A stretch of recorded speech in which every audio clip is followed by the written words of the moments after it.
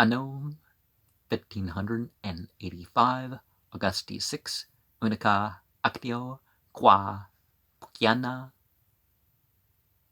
vocatur que durabat ab hora 5, main ad horam 11, praga actio Puciana, August 6th, in their holy place, in Prague, actionis Puciana prior pars.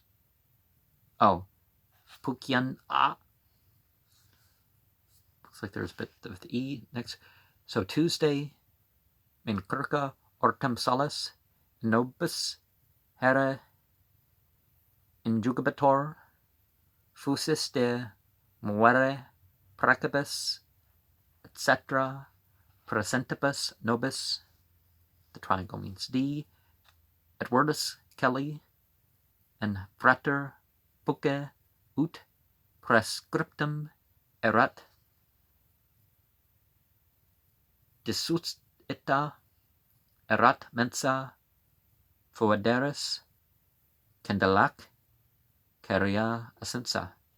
Edward Kelly said, "Here is one, covered in white, to the breast, all white apparelled.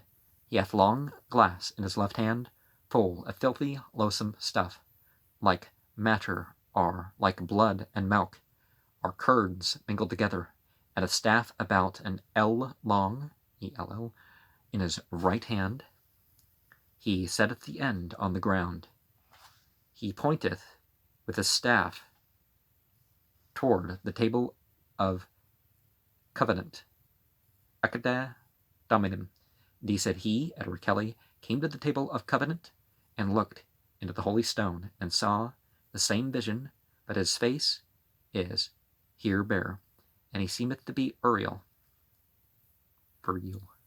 And in the margin D I had set Edward Kelly at the usual table in our secret study and had set my usual shoe stone before him.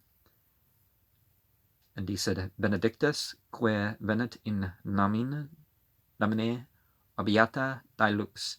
Uriel said, Gloria tebe, Domin, rex quelle, eo terra que es, eo venturas es.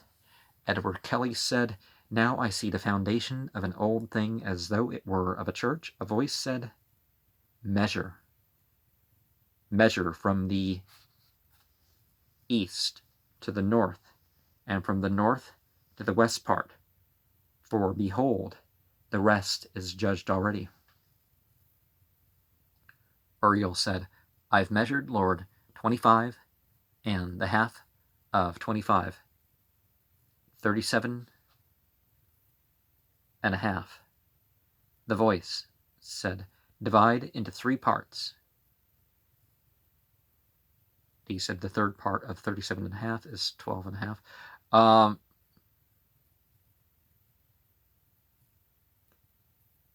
Uriel said, It is done.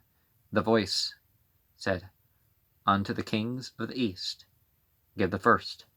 Unto the king of the west, give the second. The remnant measure unto the days of the north, that the fire of my indignation may be a bridle amongst them, and that the whole world except the accepted may drink of the sorrow of the prophets. 7th part of the half-time yet to come. Uriel said, Thy mouth, O Lord, is a 2-edged sword. Thy judgments are perpetual and everlasting. Thy words are the spirit of truth and understanding. Thy garments most pure and smelling incense. Thy seat without end and triumphing, who is like unto thee amongst the heavenly. Oh, who's like the heavens. And let me give you a little bit of the opening here, because I'm not going to finish this in one program, probably not even in 2.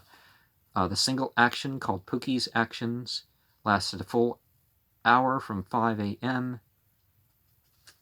in the morning to 11 a.m. I don't know why they call it, well, okay. So in the morning, about the time of the rising of the sun, in order that the angel from yesterday night might be enjoined to us. They're talking about watches of the angels and all that. So after the pouring out of prayers in the usual way, etc., by us who were present, D. Edward Kelly and Frater Pookie, as it's been written, the table of the covenant was arranged, the wax candle, and they said, "Come, Lord," and blessed who comes in the name of the Lord, blessing the light, glory to you. The truth may be illuminated with light, strong truth, power given, King of heaven and earth. There's a prophecy. We're going to hear about a book with seals, a visitation of justice and mercy, and another part of the action, reading what was said, and Latin to, is it frater or is it father? Pucci. And I said in things concerning the kings and others, the whole of the world lies in wickedness. Certainly that can be purified, you could say. The affliction of cleansing it, pomp and vanity. The church is visible. The keys of the heavens were given to the apostles, but what do you mean by apostles? And what do you mean by the culling? And certainly that can be done with perfecting your own character. Yes, we're human and all that stuff, but, and let me maybe finish the sentence.